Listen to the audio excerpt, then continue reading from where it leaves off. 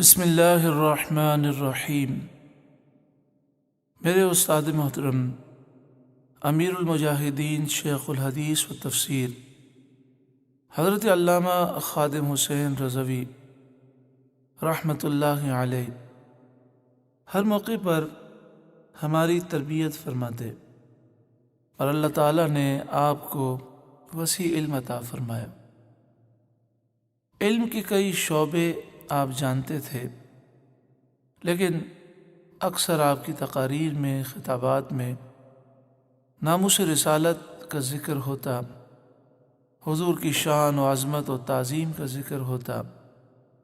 آپ اپنے سامعین کو ناموس رسالت کا محافظ بناتے، عقیدہ ختم نبوت کا محافظ بناتے۔ آپ نے اس امت میں جذبہ جہاد اور شوق شہادت بھر دیا۔ اللہ آپ کے درجات بلند فرمائے۔ لیکن وقتاً فوقتاً دوسرے شعبوں میں بھی وہ ہماری تربیت فرماتے۔ ایک دن میں نے میرے استاد محترم امیر المجاہدین علیہ الرحمہ سے عرض کیا، ایک جگہ بیان کے لیے جانا ہے اور شادی کا موضوع ہے، آپ مجھے بتائیے میں کیا بیان کروں۔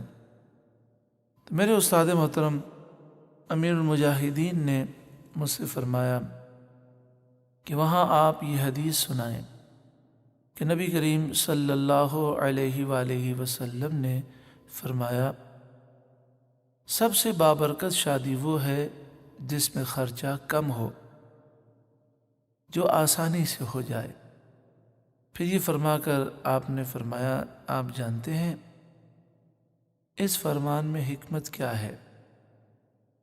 میں نے عرض کی، حضرت میں نہیں جانتا۔ آپ نے فرمایا، دیکھو، اگر ایک شخص غرور و تکبر نہیں رکھتا اپنے دل میں اور حلال اس نے کمایا ہے اور وہ اللہ کی نعمتوں کے اظہار کے لیے، تحدیث نعمت کے لیے اپنی نعمتوں کا وہ اظہار کرتا ہے، اچھا لباس پہن لیتا ہے، اچھی سواری استعمال کر لیتا ہے، اگر اچھے گھر میں رہتا ہے یا اچھا کھانا کھا لیتا ہے، تو شریعت میں حرام تو نہیں ہے، گناہ تو نہیں ہے۔ لیکن شادی کے موقع پر یہ کیوں فرمایا گیا کہ سب سے بابرکت شادی وہ ہے جس میں خرچہ کم ہو، جو آسانی سے ہو جائے؟ فرمایا، اس میں حکمت یہ ہے کہ اسلام یہ چاہتا ہے کہ شادی آسان ہو۔ اسلام نے گناہ کو مشکل کر دیا اور حلال کو آسان کر دیا۔ اسلام کا مزاج یہ ہے کہ شادی آسان ہو تاکہ لوگ گناہ سے بچیں۔